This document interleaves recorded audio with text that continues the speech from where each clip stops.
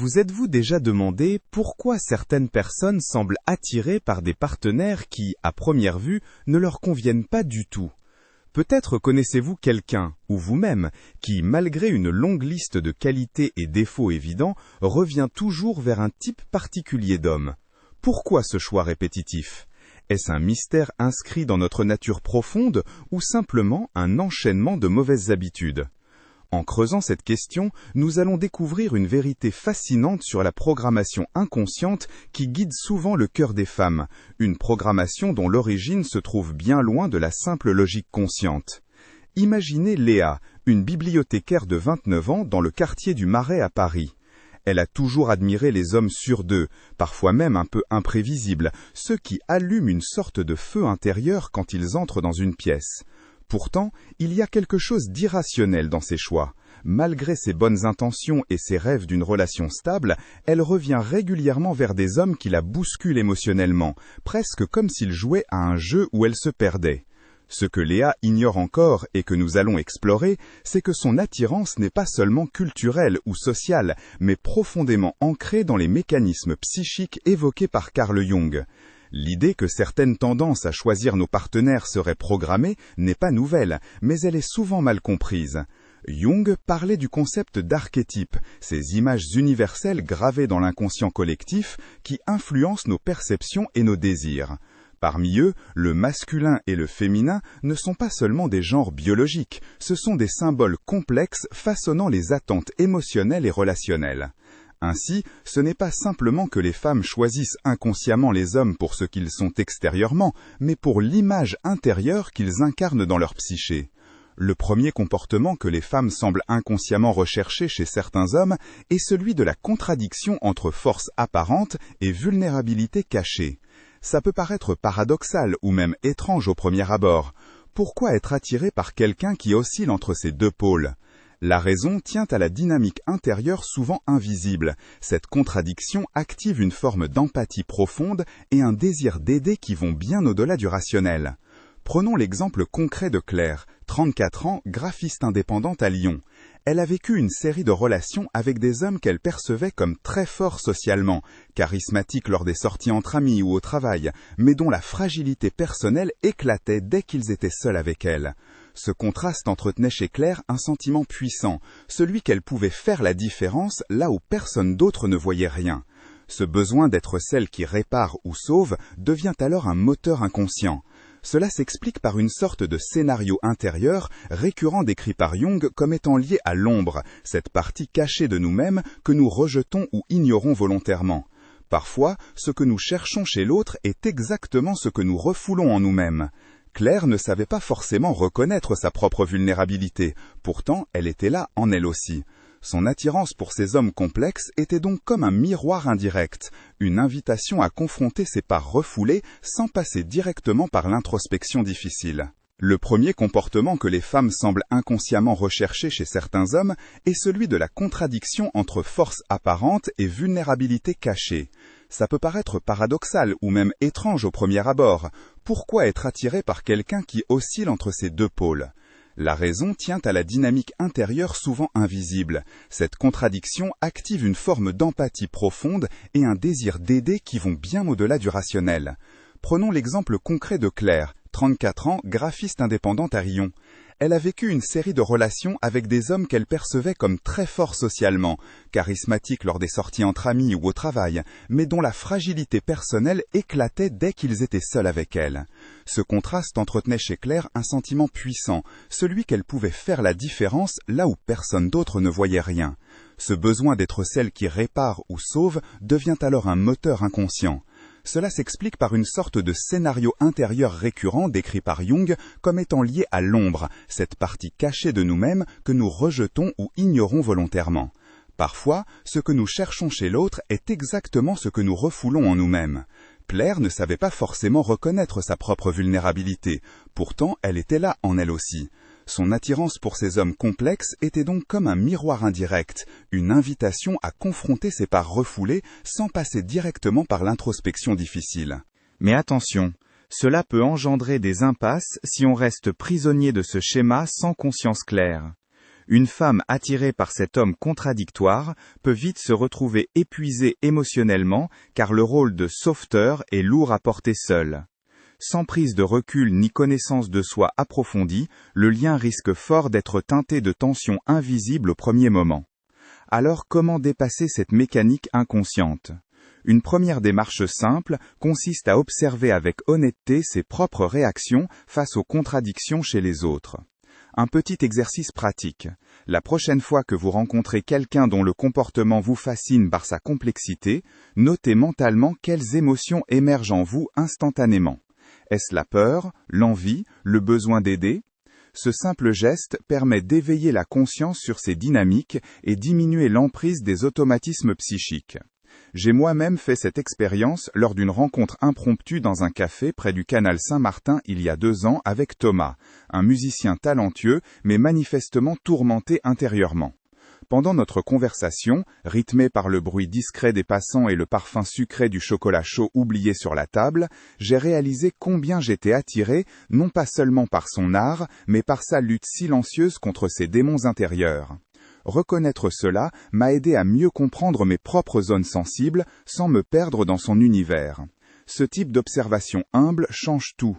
On passe du rôle passif où on subit inconsciemment des schémas répétitifs à celui d'acteur conscient capable de discerner ce qui nourrit vraiment notre équilibre affectif. Et puis tant qu'on y est, abonnez-vous à la chaîne si cette exploration vous parle. On va continuer ensemble à décrypter ces fils invisibles qui tissent nos relations humaines. Revenons au fond maintenant.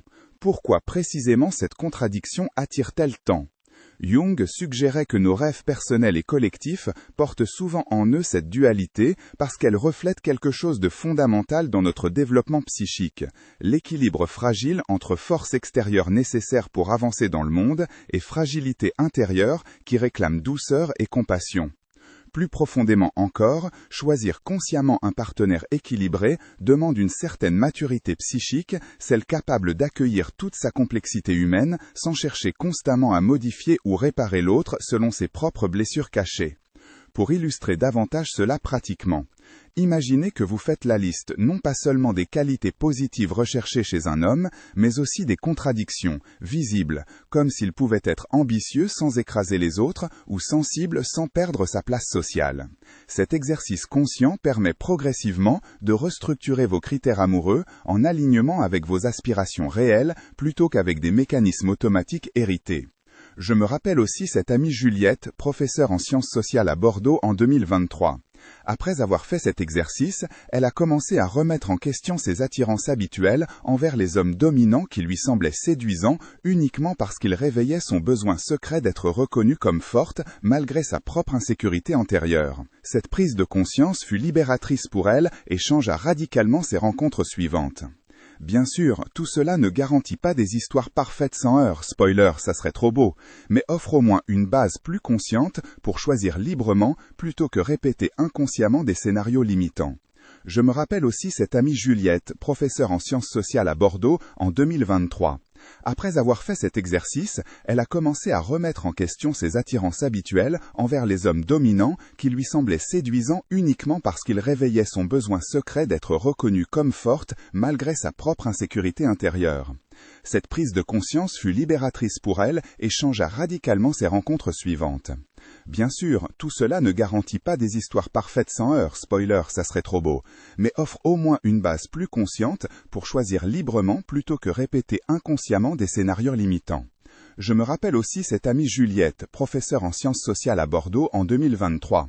Après avoir fait cet exercice, elle a commencé à remettre en question ses attirances habituelles envers les hommes dominants qui lui semblaient séduisants uniquement parce qu'ils réveillaient son besoin secret d'être reconnue comme forte malgré sa propre insécurité intérieure. Cette prise de conscience fut libératrice pour elle et changea radicalement ses rencontres suivantes. Bien sûr, tout cela ne garantit pas des histoires parfaites sans heurts, spoiler, ça serait trop beau, mais offre au moins une base plus consciente pour choisir librement plutôt que répéter inconsciemment des scénarios limitants. Et si jamais vous sentez que votre cœur suit parfois ce tiraillement entre fascination pour la force et besoin de tendresse cachée, rappelez-vous que c'est humain avant tout. Personne n'est programmé pour être parfait dès le départ, et oui, moi aussi je suis passé par là. Alors voilà pour ce premier point essentiel. Comprendre cette attraction vers la contradiction entre force apparente et vulnérabilité cachée ouvre déjà beaucoup plus large sur le jeu subtil derrière les choix amoureux féminins. C'est comme déplier lentement une carte où chaque repli révèle autre chose jusqu'à finalement éclairer toute la topographie intime faite d'ombres oubliées et lumières insoupçonnées. Bon, promis, c'était mon unique métaphore. Pour avancer concrètement aujourd'hui, je vous invite donc à cet exercice simple. Quand vous repensez aux relations passées ou présentes où vous avez ressenti ce mélange étrange entre admiration pour quelqu'un et fatigue émotionnelle intense, essayez d'écrire brièvement sur papier ce qui précisément provoquait cette ambivalence chez vous, sans jugement. Ensuite, notez aussi quelles émotions profondes cela déclenchait. Colère, tristesse, espoir. Cette démarche humble sert souvent comme point de départ vers plus grande clarté personnelle, parce que comprendre son propre fonctionnement intérieur donne enfin pouvoir sur ses choix extérieurs. Allez-y doucement avec ça, prenez votre temps. Et oui, c'est parfois plus long qu'on voudrait. Comme toujours, ici on privilégie l'accueil plutôt que la vitesse effrénée. No stress donc. Je serais curieux maintenant, avez-vous remarqué cette dynamique autour de vous ou même en vous-même? Quelles contradictions ont suscité chez vous fascination autant qu'inquiétude? Commentez si ça vous tente, ça enrichira sûrement notre échange collectif autour du sujet. En attendant la suite, restez bienveillant avec vos propres complexités humaines. Elles sont autant votre richesse que votre défi quotidien. Et surtout, prenez soin de votre cœur sensible derrière toutes ces contradictions apparentes. Continuons donc cette exploration, en quittant maintenant l'idée de la contradiction intérieure pour plonger dans un autre aspect tout aussi captivant de ce qui semble attirer inconsciemment certaines femmes vers des hommes particuliers. Si la première étape nous a permis de comprendre comment une force mêlée de vulnérabilité peut fasciner, le deuxième point révèle un mécanisme tout à fait différent, celui du mystère et du non-dit. Dans le tumulte quotidien d'un monde où tout est souvent exposé à outrance, réseaux sociaux, conversations rapides, échanges superficiels, il existe une sorte d'aimant invisible exercé par ce que l'autre ne dévoile pas immédiatement. Ce secret non exprimé stimule la curiosité profonde, un désir presque primal d'en savoir plus, de percer ce silence mystérieux. C'est comme si ce voile caché promettait une richesse intérieure encore inconnue, une promesse d'aventure psychique. Je me souviens bien de l'histoire d'Élodie, 26 ans, assistante vétérinaire à Nantes. Elle évoquait souvent ses relations passées avec des hommes qui semblaient toujours avoir quelque chose qu'elle ne pouvait pas saisir totalement. Un regard fuyant parfois, des silences prolongés au téléphone ou des discours évasifs sur leur projet de vie.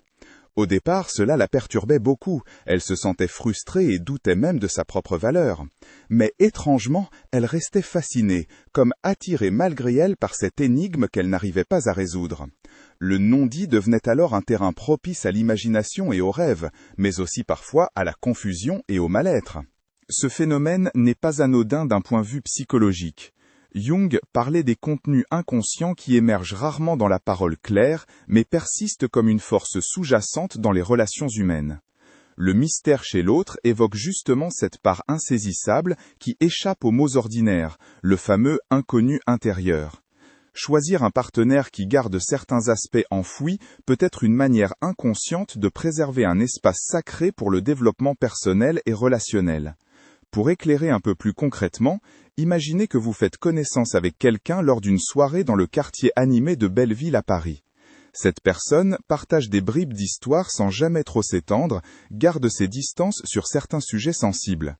Plutôt que de fuir cette retenue, vous ressentez un attrait profond. Ce vide apparent devient une invitation douce à découvrir patiemment son univers unique. Mais attention là encore au piège, le mystère peut rapidement devenir source d'anxiété si on interprète le silence comme rejet ou méfiance extrême.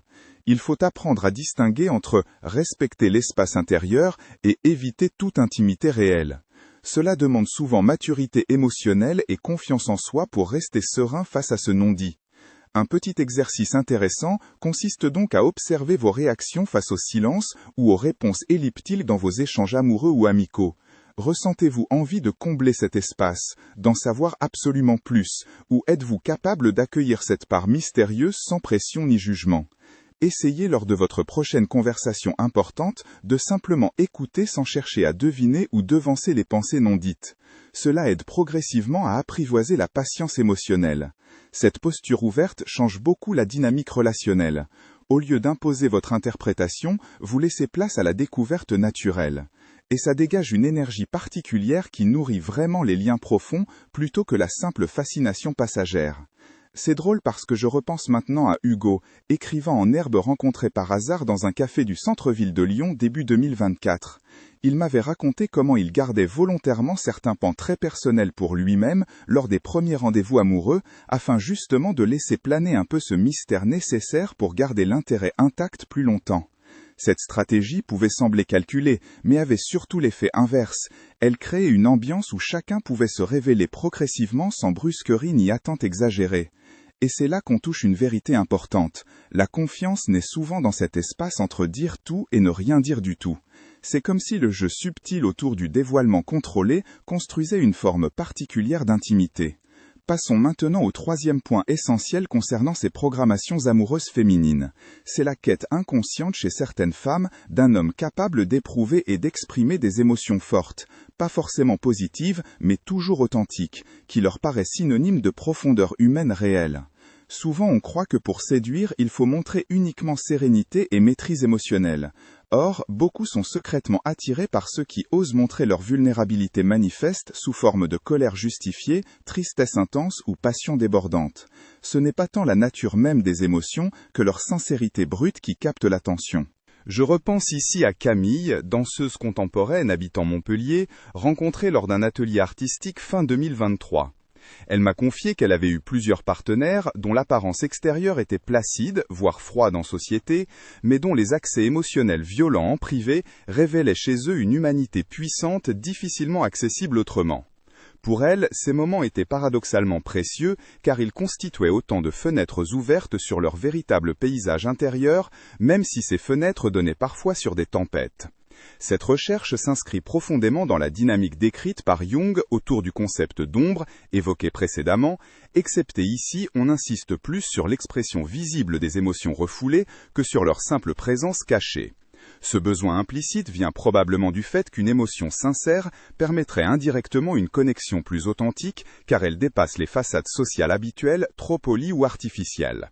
Paradoxalement donc, on aime parfois être confronté à cette intensité émotionnelle non maîtrisée parce qu'elle révèle que derrière les rôles imposés par la société, il y a quelque chose d'humainement réel et fragile. Là encore, il y a risque si cela devient chaos permanent plutôt qu'expression ponctuelle. Vivre avec quelqu'un en proie constante aux colères explosives ou tristesses abyssales peut devenir destructeur sur le long terme sans outils ni conscience adaptée. Un exercice concret pour mieux comprendre cette dynamique est d'observer votre propre relation avec vos émotions fortes. Comment vous les vivez? Les rejetez-vous? Les accueillez-vous? Lorsqu'une personne exprime intensément sa colère ou sa tristesse devant vous, quelle est votre réaction immédiate?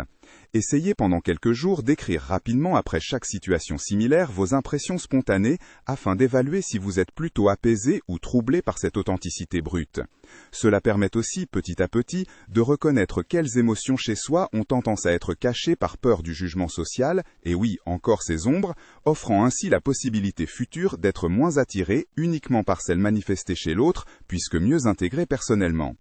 Il m'est arrivé moi-même récemment lors d'une rencontre impromptue dans un parc près du canal Saint-Denis avec Samuel, photographe amateur passionné mais parfois submergé par ses accès soudains de mélancolie, de ressentir cette double attirance confuse entre compassion sincère et légère crainte face à son intensité émotionnelle visible. Cette expérience a été enrichissante car elle m'a poussé non seulement à accueillir ces tempêtes intérieures sans me replier, mais aussi revisiter mes propres zones sensibles longtemps refoulées. C'est fascinant comme ces dynamiques invisibles structurent nos choix affectifs bien avant qu'on ait réellement conscience d'elles.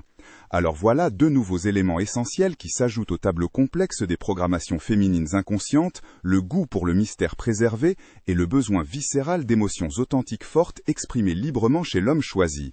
J'espère que ces réflexions vous parlent. Si oui, dites-moi quelles expériences similaires vous avez pu observer autour de vous ou en vous-même. Ça enrichira bien sûr notre compréhension collective.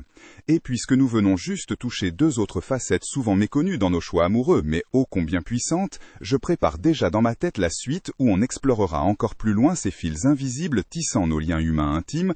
J'espère que ces réflexions vous parlent. Si oui, dites-moi quelles expériences similaires vous avez pu observer autour de vous ou en vous-même. Ça enrichira bien sûr notre compréhension collective.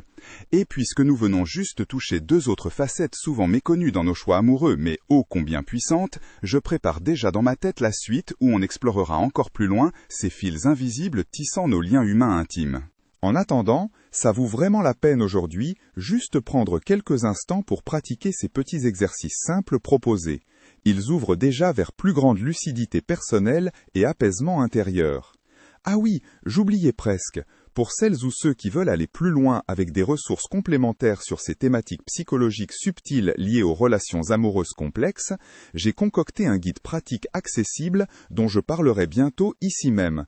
Ça pourrait bien aider celles et ceux qui souhaitent approfondir sérieusement ce travail intérieur sans se sentir seuls.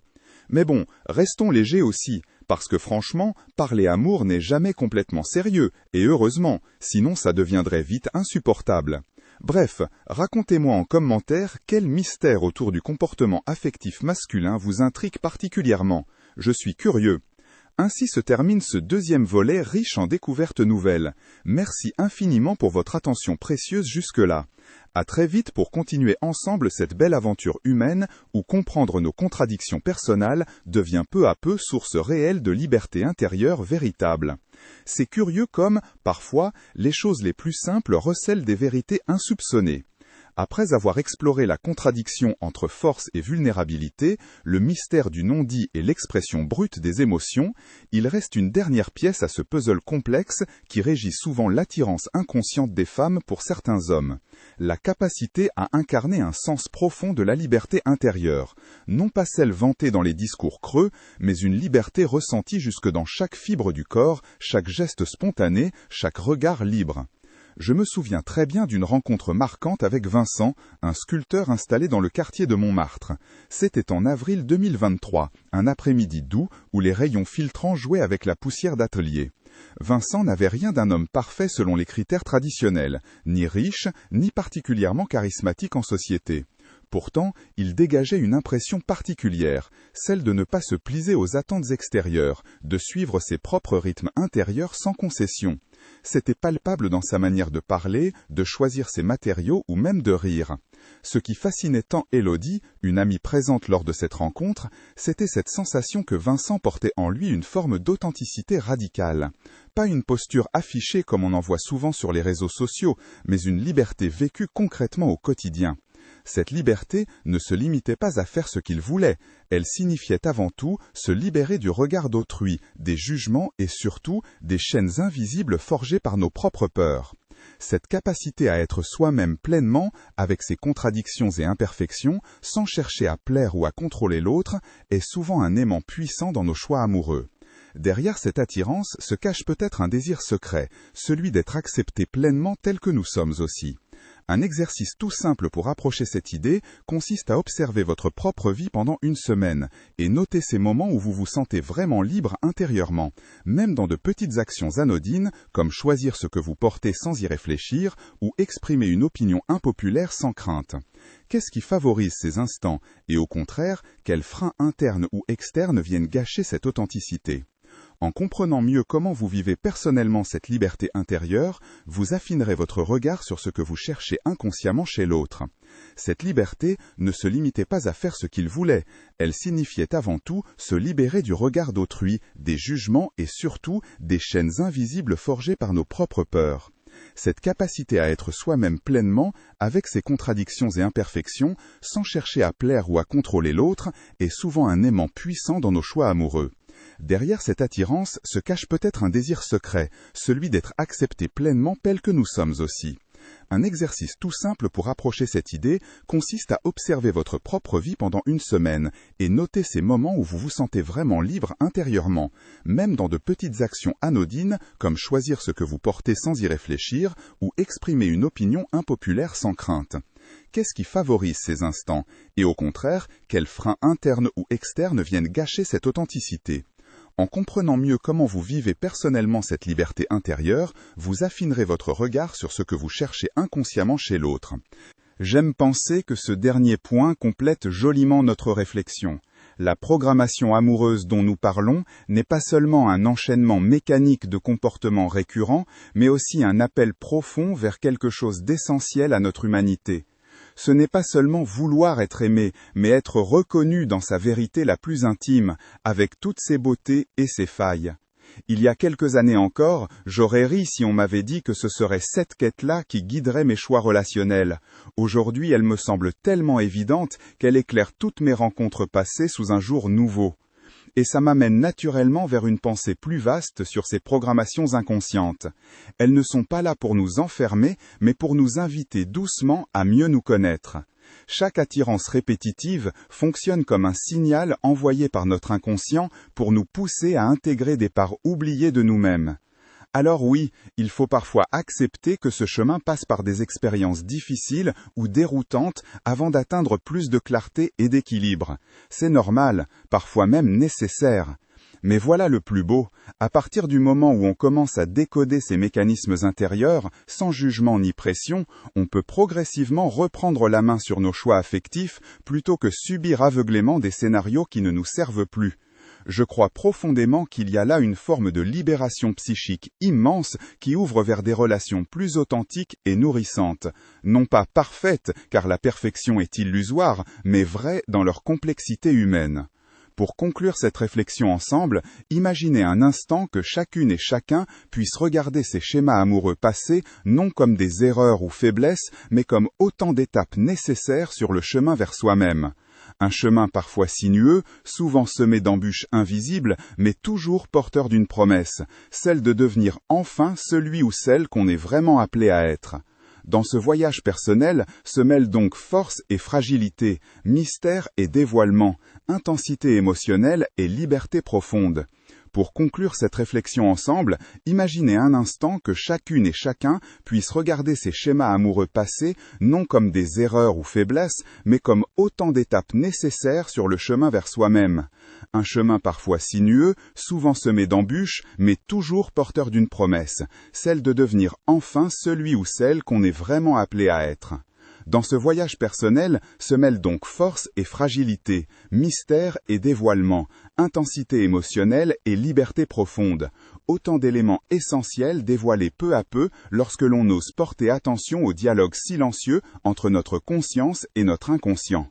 Peut-être est-ce là la clé ultime pour comprendre pourquoi certaines femmes choisissent ces hommes au profil complexe.